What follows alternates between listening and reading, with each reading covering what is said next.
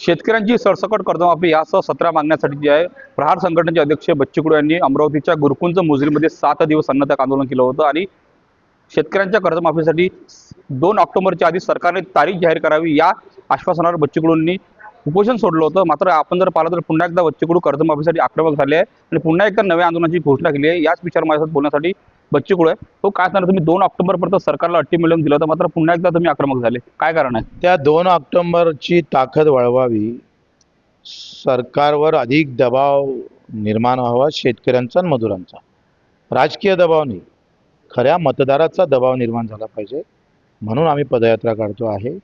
आम्ही या मागणीपासून 1 इंचभर पण मागं हटणार नाही, उलट इंचानं हे आंदोलन मोठं होत राहील।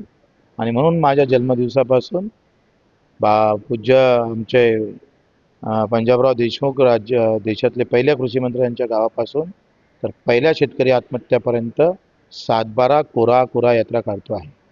लोकसंवादही होईल, शेतकऱ्यांचा संवाद होईल, त्यांच्याकडून काही आम्हाला सूचक आयडिया येईल आणि ती ताकद वाढवण्याचं काम, जो महाराष्ट्र जातीपाती धर्मात बोलत होता, तो महाराष्ट्र शेतकरी, शेतमजूर, कष्टकरी समाजाचा आवाज पुऱ्या महाराष्ट्रातून देशापर्यंत गेला पाहिजे, याच्यासाठी आणि आत्महत्या थांबल्या पाहिजे याच्यासाठी ही यात्रा काढतो आहे। सिंदूर यात्रा सुद्धा काढणार आहे।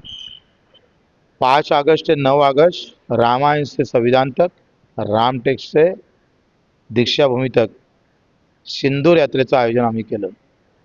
आमच्या सगळ्या आत्महत्याग्रस्त भगिनी या यात्रेत सहभागी होणार। 9 ऑगस्टला क्रांती दिन आहे, ती नवीन क्रांतीचं पर्व तिथून सुरू होणार आणि त्याच दिवशी रक्षाबंधन आहे।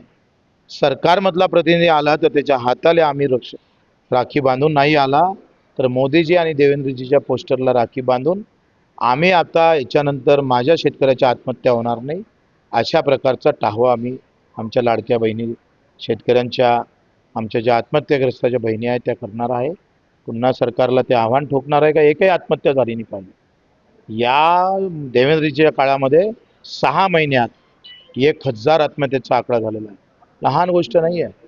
एक विमान पडलं, 200 मरण पावले, ते नाही व्हायला पाहिजे, त्याच्यातही आम्ही संवेदनशील आहोत, पण 1000 आत्महत्या झाल्या त्यावर तुम्ही वाच्यता करायला तयार नाही, त्यावर उभं राहायला कोणी तयार नाही, आणि तो लढा अधिक मजबूत व्हावा याच्यासाठी हा प्रयत्न आहे।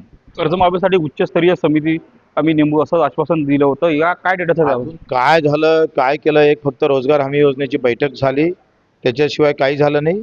सरकारनं अजून काही सांगायला तयार नाही, त्या बाबतीत आता पुन्हा आम्ही पत्रव्यवहार करू, काय होते त्याच्याकडे आंदोलन। आम्ही सरकारनं आम्हाला बनवाबनवी करू नये, शांततेनंच याचा मार्ग काढावा, हा नम्र विनंती आम्ही सरकारला करतो। नक्कीच 2 ऑक्टोबरची ताकद वाढावी यासाठी जे आहे बच्चू कडू पैदल मार्च काढणार। यामध्ये जर पाहिलं गेलं सरकारने शब्द पाळावा असं देखील बच्चू कडू यांनी प्रतिक्रिया दिली आहे।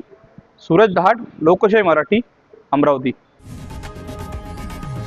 लोकशाही मराठी, ऐका, पहा, जागरूक रहा।